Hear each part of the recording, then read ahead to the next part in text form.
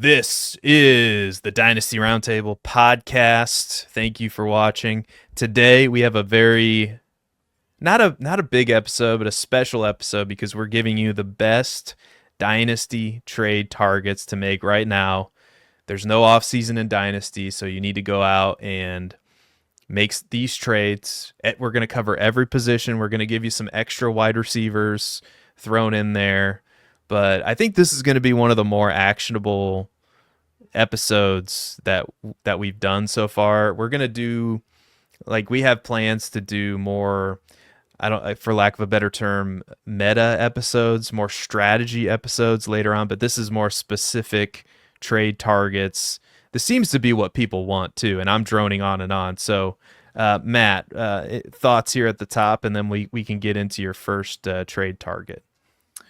Yeah, definitely one of the more actionable episodes going into this off season because we're hitting that time where we can actually start making some actionable information. It's a little tough to get things done during the playoffs and in the Super Bowl. A lot of times leagues don't necessarily, they have a little bit of what's it called in Catholicism when you're a purgatory. They have a little purgatory period I was where worried nothing's there. really going on and the league doesn't renew until, closer to the rookie draft. I know I just completely I thought they shut you off. I thought somebody went behind you and just clicked the off Brady switch. where the batteries ran out. But yeah. So we're finally getting to the point of the season with what I'm trying to say here is where we could start making some actionable items, because when we think about the value cycle too and the hype cycle that happens during the dynasty season and off season, everyone right now is focused on draft picks and players. And while draft picks are nice, we love to acquire draft picks, and even our most favorite rookies, we must acknowledge, are still bets. So it's nice to, during this point of the year, take a look at where the dust has settled for the previous year, analyze where the market value is, and determine who do we need to be going after. And that's what we're going to be doing right here. Yeah, I like to, this is not, I like to hang out in the shadows. I don't necessarily like to, in the Dynasty streets, I'm not going around just hanging out in the shadows in real life, but in Dynasty, I don't necessarily like to be where the lights are brightest, and I don't think the lights are shining extremely bright on rookie picks, but they're about to be. And so the real value is you can kind of zig and target more players because that's where the value is. And these trends are predictable, the rookie picks are only going to gain value from here on out. And then, players become more boring because they're not rookie picks, because a pick could be anything. It could even be a boat, right? And a player, we can make some hypothesis. It's not always going to be right, but we can look at all the factors, look at the situation and go, oh, that guy is ranked too low. And maybe I can trade a rookie pick for him and gain a value. So without further ado, who's your first target at wide receiver, I think? At wide receiver. So yeah, I'm the one cheating in this episode. I have all receivers, and Seth is helping us out by covering the other position. So I'll admit that up front. But my first and most pressing dynasty buy, and I've been saying it for months, even dating back to the last season, it's Rashee Rice. It's the alpha dog connected to Patrick Mahomes for the rest of their foreseeable futures. We look at his production profile before he got hurt, and I'm going to get into the concerns in a second. But we look at the production profile before he got hurt, and it was otherworldly the role he took over in the back half of 2023. You and I were just on Tyler Knably's stream drafting a best ball team, and you mentioned how dominant he was week 12 onward from last year, something near 20 fantasy points per game during the usable fantasy weeks. So, and he starts. Actually, let's stay on 2023 for a little bit. He was 12th among receivers in target rate. So the snap share, the route percentage wasn't necessarily where you would want it to be, but he was a rookie, and he started working that up really quick. You look at the role they crafted for him. Yeah, his ADOT was low. Yes, he was reliant on Yak, but he's been delivered an 87% catchable target rate, which was third among wide receivers. He's winning routes. He's being schemed open. And he was 7th in red zone targets as a rookie wide receiver. That is a very valuable role, offense agnostic. Now you insert the fact that it's Andy Reid and Patrick Mahomes with the signal caller, and you have an aging Travis Kelce. You have Xavier Worthy, who's his biggest target competition right now. And the wheels are still all the way up for Rashee Rice. So let's talk about the concerns. First of all, with his recovery, I'll just say I'm very confident that Rashee Rice is not going to make the PUP list. I'm very confident. We'll put it at that. I'm not worried about it. If you want to be, you can choose to be. Just know that I am not. He's probably not going to miss the PUP, and this has been reported for a while. That he's expected to be back for training camp and back to his usual activities. The suspension is really what gets the most people. And think of it, you may miss him for 4 to 6 weeks in the season. If you had AJ Brown last year, you missed him for quite a few weeks early on in the year. We deal with injuries all the time. Your team should be equipped to withstand the first 6 weeks of the year, because quite honestly, they're the least important 6 weeks of the fantasy season. The first 6. If you make the playoffs, you just got to catch variance. And you can tell yourself that seeding and stuff matters in fantasy football. I've been around long enough to know it doesn't matter that much. If you have a standard playoff structure, it's best man win those last 4 weeks. So don't be scared off by early season disappearances, when really all it'll mean for Rashee Rice is that he gets 6 more weeks to become fully healthy. I think the biggest concern is, does Xavier Worthy's role grow into something that's some serious competition for him? But I think there's plenty of room to eat in that offense. Yeah, first of all, I think it's either 31 or 32% of the time the 1 seed wins. So it speaks to your point that, the best team throughout the season wins a third of the time in the fantasy playoffs and Dynasty. Also, speaking to your point of Rashee Rice, he's also one of my favorite buys. So this is a double like, I guess. And if you've been watching us, listening to us, you know that Rashee Rice is one of our favorite targets. But just to speak to what you were talking about, so a lot of people are just going to point at 2024 and go, "Oh, well, that's a small sample size, right? 4 weeks, he averaged 16.2 fantasy points per game." Well, we can actually go all the way back to 2023, and from weeks 1 to 11. In 2023, Rashee Rice averaged a 47.5% snap share, 4.6 targets per game, and 10.2 fantasy points per game. He was a rookie in an Andy Reid offense. From weeks 12 to, so my point in that saying is it takes a while for a rookie to grasp, an elite play caller's offense, and for that play caller to trust said rookie. So once, they started to ramp him up about week 11, week 12, starting in week 12, his snap share, 78.3%, 9.3 targets per game, and 18.5 fantasy points per game during those weeks. And I only go through week 17 because that's all we care about in fantasy, right? And so if you go from week 12 of 2023 through week 17 to week 1 through 3 of 2024, he's averaging over 20 fantasy points a game. And I'm not counting week 4 because he only ran 2 routes, right? Like, some people are going to loop that in there, and that would be a mistake because that's just not enough of participation in that game for it to count in my mind. And then and we said this on Tyler's show, the two wide receivers that finished 1-2, Ja'Marr Chase, Justin Jefferson.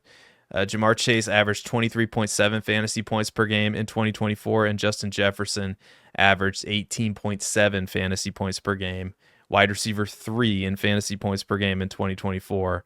That's the kind of upside we're talking about with Rashee Rice. And he's 25 years old. He's on the Chiefs. Like, literally the only downside is, he's coming off of an injury and the suspension. Like, he made one of the stupidest decisions in the history of all decisions and drag raced after the Super Bowl or whatever.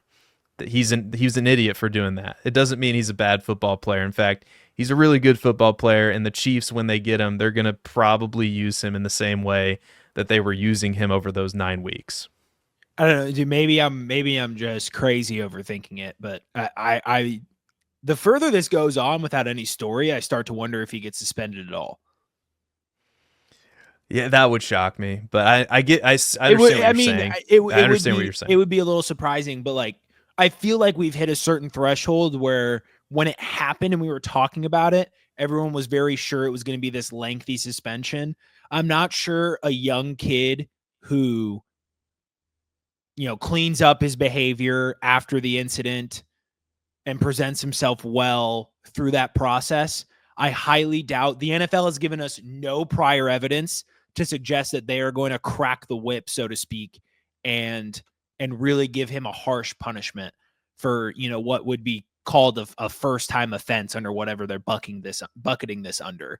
So it just the NFL has very rarely gone extremely harsh for players like Rashee Rice in these first time scenarios. And it would just very shock me if they did 6 to 8 games, like something ridiculous.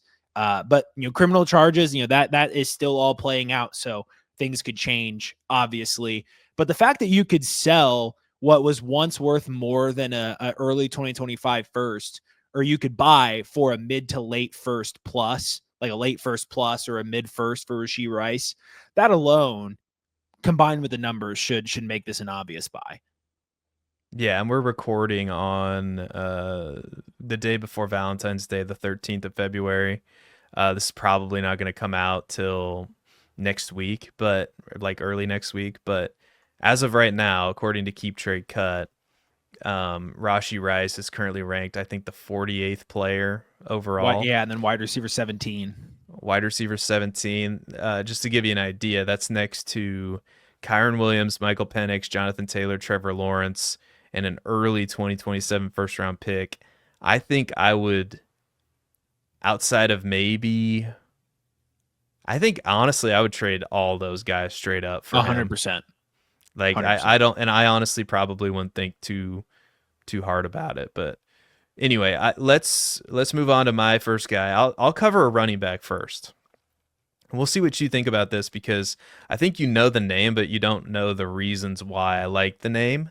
Yep. And that's Kenneth Walker. So in 2024, Kenneth Walker played in just 11 games.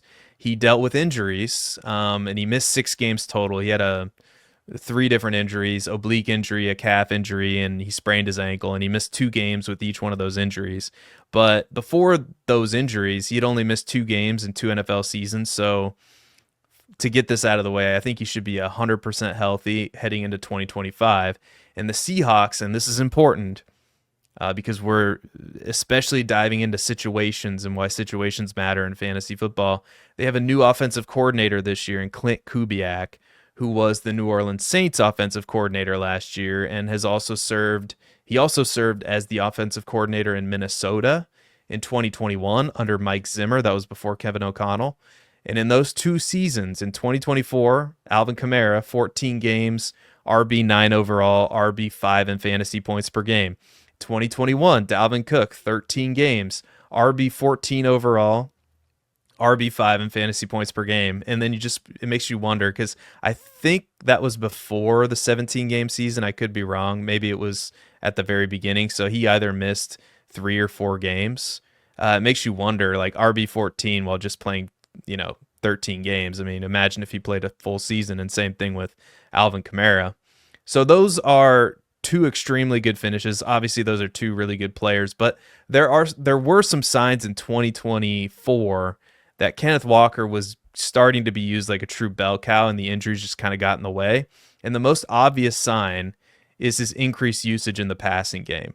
In 2024, Walker saw 53 targets. That's number 13 amongst running backs, and earned a 13.8 target share, which was number 4 amongst running backs. That's a staggering increase in usage just from last year. Last year, he saw 37 targets, which was number 35 amongst running backs, and a 7.7% target share. And I believe he played in 4 extra games, like 4 more games last year. He played in 15 games. As opposed to 11 this year. The second indicator would be his snap share and opportunity share, which opportunity share does account for his role in the passing game, so it makes sense that that increased. But he was number 12 in snap share amongst running backs at 64.3%, number 11 amongst running backs in opportunity share. Compare this to 2023, where Walker saw just a 54.5% snap share, 24th amongst running backs, and a 67.7% opportunity share, which was number 14 amongst running backs. And we touched on the offensive coordinator earlier, but I do want to reiterate that this is a really good thing for Kenneth Walker, because the $1 million question that a lot of people in the Dynasty community are asking is, well, what about Zach Charbonnet? And what I would say to that is, well, what about him? Like, what about him? I don't care. I would argue that Charbonnet's in trouble from a usage standpoint because while Charbonnet did perform well in Walker's absence, RB8 finish in week 2 this year, RB7 in week 3, RB1 overall in week 14. But as soon as Walker was healthy, Walker was the lead running back again, and they didn't really hesitate. And like we talked about, and I'm just going to go into a little bit further detail with this.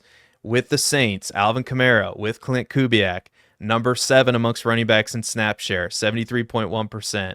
He was number 2 in weighted opportunities. In 2021, Dalvin Cook ranked number 4 in snap share amongst running backs at 70.5%.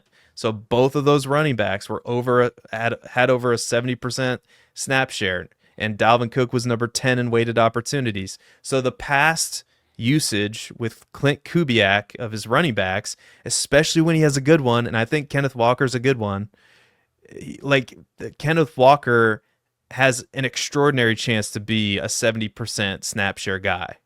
And Kenneth Walker is also just 24 years old and is currently ranked as the RB15 according to Keep Trade Cut. He's the player 64 overall and is currently ranked next to players like Travis Hunter, Chris Olave, DJ Moore, and Luther Burden. And while I'm a little bit iffy on the rookies, like I would trade DJ Moore and Chris Olave, not both, but DJ Moore or Chris Olave for Kenneth Walker, and that would be a smash trade for me. So what are your thoughts? I'm very, very bullish on Kenneth Walker.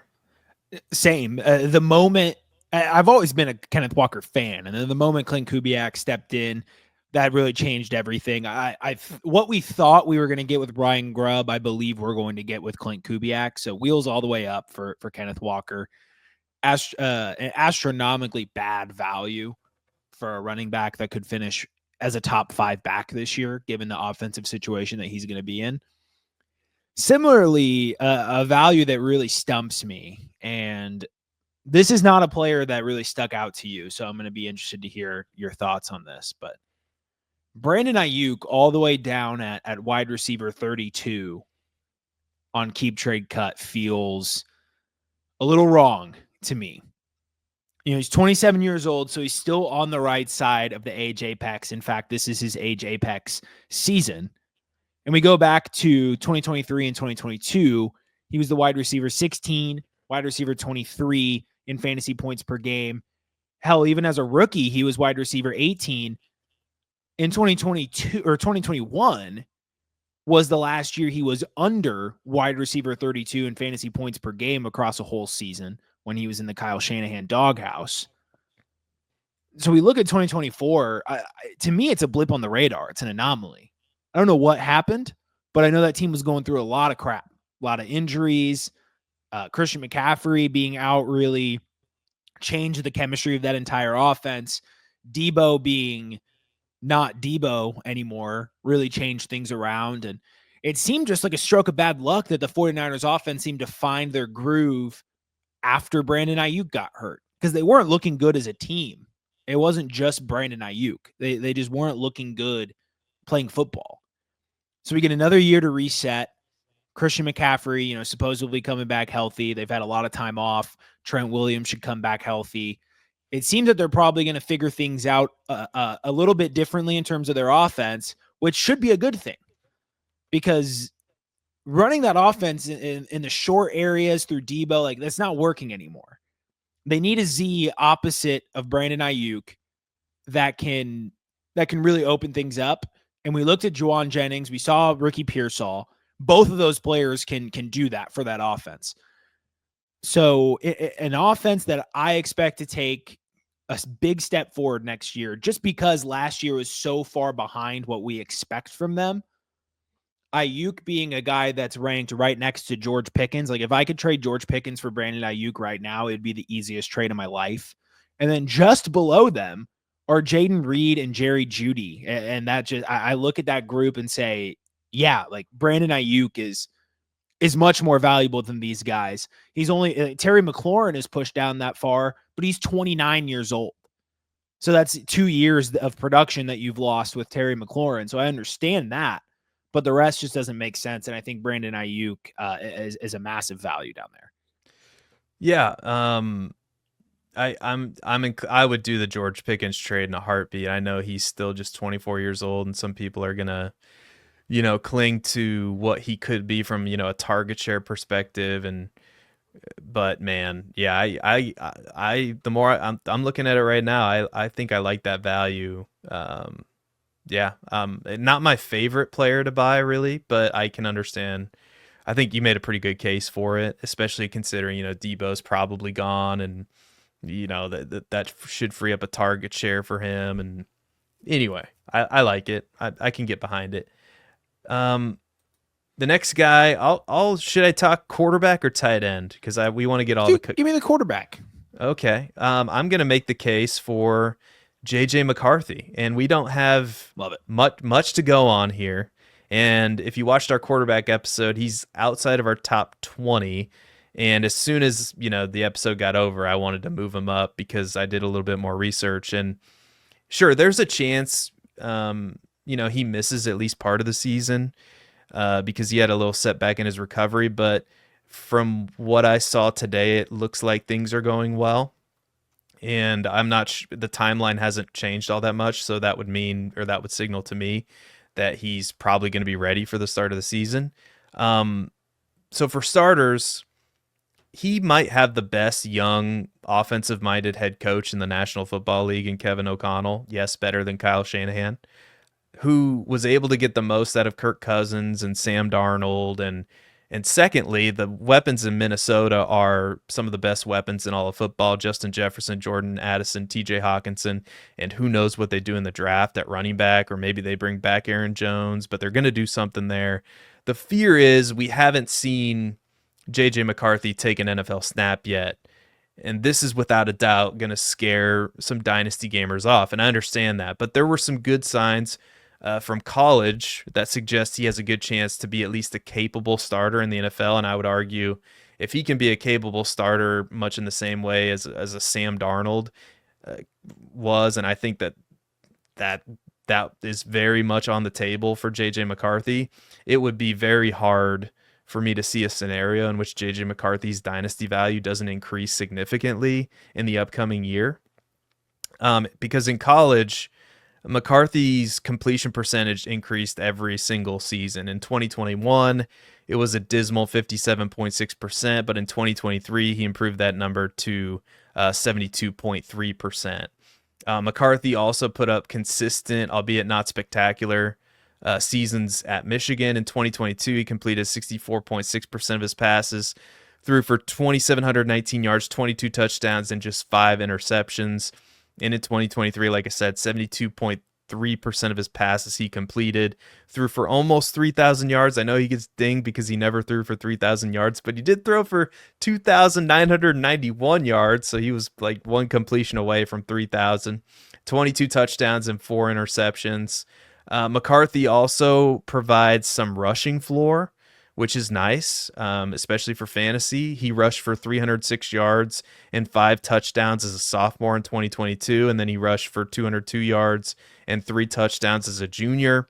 And what this is I'm willing to bet that the situation and the fact that McCarthy proved to be effective at college are enough to propel his dynasty value upwards in the coming years. And maybe, just maybe, he's in the conversation of, a top 8 to 10 quarterback. And I think that's very much on the table. And right now, according to Keep Trade Cut, he is the quarterback 19, player 51 overall. So this puts him in the same range as like Rome Odunze, Sam Laporta, Devonta Smith, Tyler Warren, and Bryce Young. And I I probably should have McCarthy ahead of Bryce Young just because I like Bryce Young too. This is a whole another separate conversation that we can have. But McCarthy, to me, at this point, has more upside of gaining value, and I 100%. think, and I think for sure, Devonta Smith or Tyler Warren, I would trade for him. I would need to think long and hard about Sam Laporta. I would probably trade Bryce Young for him straight up, even though I did rank Bryce Young ahead of him. I've since changed that. Yeah. Roma Dunze, I'm holding on the tip. It's going to be tough for me to trade Roma Dunze, but at that value, I think McCarthy has a great chance to increase his dynasty value. So I really like him as a buy. Yeah, I fully support JJ McCarthy as a dynasty buy. I was, one of his biggest haters in the pre-draft process, not because I didn't like him, but because we started getting some ridiculous takes. Like people were trying to prop him up above Caleb Williams, Drake May, Jaden Daniels, which was clickbait content. I'll call it for what it is. And now the dust is settled. We've been a year removed from those takes, and now we're back to the centrist opinion on JJ McCarthy, which is he has a pretty good prospect profile. He has the rushing floor, which you mentioned. 300 yards may not seem like a lot, but that's an extra like 1.5 fantasy points per game at 300 exactly. So that's not nothing in terms of season long output. And when you think of fantasy ranks and where people finish, 1.5 fantasy points per game will move someone up pretty significantly. So given the capital, we get that nice kind of deflation period on his value just because he hasn't played in a year. And it seemed like based on preseason activity that he would have been the team starter should he have not suffered that knee injury or not needed knee surgery going into this year. So it'll be interesting to see what happens there, but all in favor of going after JJ McCarthy. Definitely still in favor of JJ McCarthy over Bryce Young as well. My final buy here is it's a deep dive. And there's a few names down here in this list that I'm looking at that I don't hate, but there's a receiver down here at wide receiver 71 that based on his 2024 season, both in the 8 games that he was there and the fact that he was injured again, may not be super appetizing, but with Liam Cohen taking over the Jaguars, I have a lot of faith in Christian Kirk. So if we go back to his 2023 season, where he finished as the wide receiver 33 in fantasy points per game in 12 games played. He only had 3 receiving touchdowns, which limited his numbers, and he was playing with Calvin Ridley. So we've seen what he's done when playing next to a true, more true number 1 receiver. The year before that, in 2022, he had 14.2 fantasy points per game, finished 18th among receivers. He's a slot guy, as we know. Liam Cohen, very familiar with building a role for a slot receiver that is very effective both in football, for NFL football and fantasy football, that Godwin role that we have come to know and love. Christian Kirk, 67% slot snaps last year, 70-something percent last year, 76, 67% in 2023. He's historically a very high slot percentage guy. Had a 21% target share, which was 36 among receivers in 2023. That's the biggest he's seen in his career. So that's roughly where the ceiling is, but even 20 to 21% of the team's targets, his highest was in 2022, 23% target share. But we're talking, let's say 20 to 23% of Jacksonville's targets next year with a Liam Cohen offense. This offense should take a step forward. And we've seen Christian Kirk with opportunity is very rarely a true dud in terms of fantasy football. We go back, not including 2024, all the way back to 2019. He had one season where he finished under 12 fantasy points per game. And all of those seasons where he finished above, he finished as a top 30 option. Christian Kirk is only 28 years old, so not ridiculously old by any stretch of the imagination. He is wide receiver 71 on Keep Trade Cut, worth roughly a 2025 early 3rd round pick. I do like the depth of this prospect class, but I think if you're staring down the barrel of needing a receiver and you can turn a 3rd round pick into Christian Kirk, I think that is most advisable to do that. I also think, as a bonus, 5 spots ahead at 66 is Calvin Ridley. I think he obviously has a better short-term outlook, probably a little bit more expensive. But similarly, down here in the bottom of the barrel of receivers, those are 2 players who I think could be very productive for their respective franchises. Yeah, and it's not like he's recovering from, a torn ACL or something. He broke his collarbone, in the middle of the season. So he should be good to go. With Trevor Lawrence, with Liam Cohen, that offense should be a lot better than last year. I mean, I know Liam Cohen had the press conference where he said Duval, and he looked like a huge goober, but we've seen press conferences go bad before, like with coaches like Dan Campbell and Nick Sirianni. And so I think we've learned that we shouldn't just base player opinions on, right, coach press conferences. So I think that offense should be a lot better. And this is the last hurrah, kind of, for Trevor Lawrence. Like, if Liam Cohen can't straighten him out, then and make him into, an elite quarterback in this league, I don't know if anybody else is going to be able to, unless, I don't know. Like, we'll see. But I do agree with you. There is some value to be had with Christian Kirk, because you said it. I mean, at wide receiver, what did you say? 72? 71, yeah. 71. I mean, outside of last year, I mean, he's always finished and over the last 3 years as in the 30s, and in 2022 he finished as wide receiver 18 in fantasy points per game. So you're looking at a wide receiver that's probably going to get 100 targets, 120 targets at least in a decent offense. So I and he's not, 30 years old. He's still 28 years old. I think there are worse. I like it a lot. We'll leave you with a tight end, and I don't know if this is boring or not, but Matt and I have decided, we kind of don't like tight ends. I might not even like tight ends more than I dislike running backs. I don't know if that made sense, but Jonnu Smith is my buy, and I think Matt agrees, but we'll see. In a world where the tight end position remains in flux, especially when it comes to figuring out who's going to finish, in that tight end 6 to 12 category every year, feels like it's different every single season. Jonnu Smith feels pretty secure to me.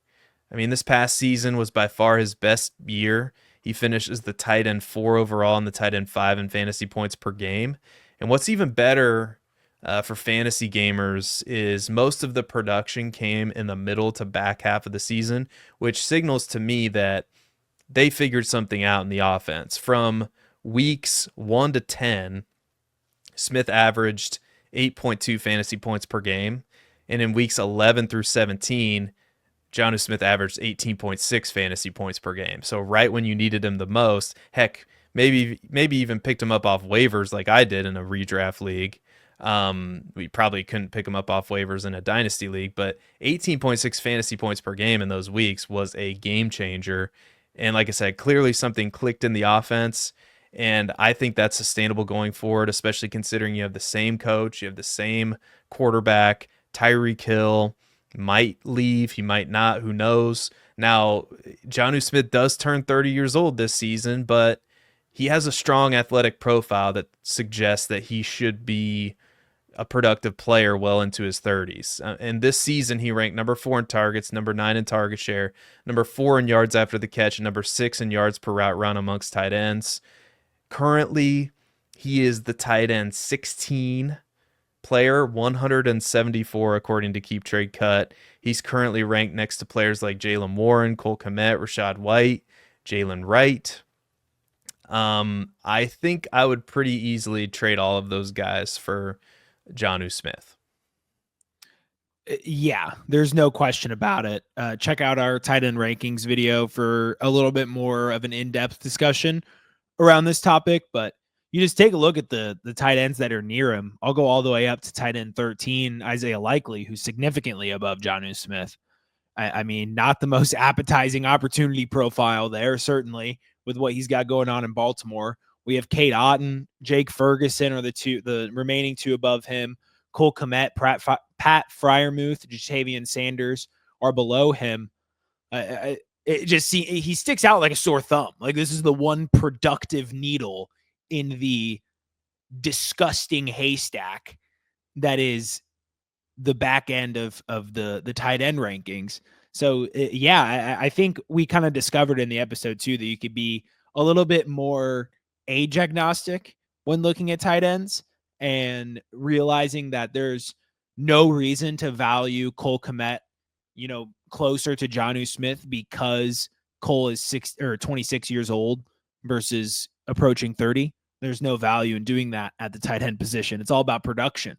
So if Jonnu Smith's going to be giving you production, which you laid out the groundwork for that argument quite nicely, then there's no reason why you shouldn't be targeting him for your rosters.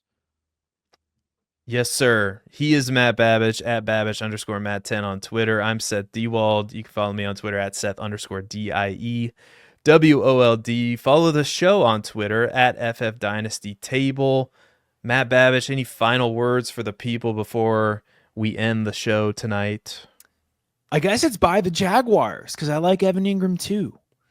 Okay, buy the Jaguars. Buy the Jaguars. I don't but hate not it. Travis Etienne. A lot of I feel like a lot of people are down on the Jaguars, so I always like to go where nobody else is, zig where others zag. I like where your head's at. So yeah, if you like this episode, click the like button on the YouTube side, subscribe to the podcast, click the alarm bells to be notified of more content once we come out with it. And if you're listening on the if you're listening on the podcast side, give us a 5-star review. Leave us a review on the podcast as well. Let us know what you think. Let us know what we can get better at. You could do that in the YouTube comments as well. Let us know what episodes you want to see. Let us know what kind of content you want to see. I'm here for it. We want to listen to you. We want to get better. So we're here for all that. And until next time, nobody cares about Aaron Rodgers, and we will see you later.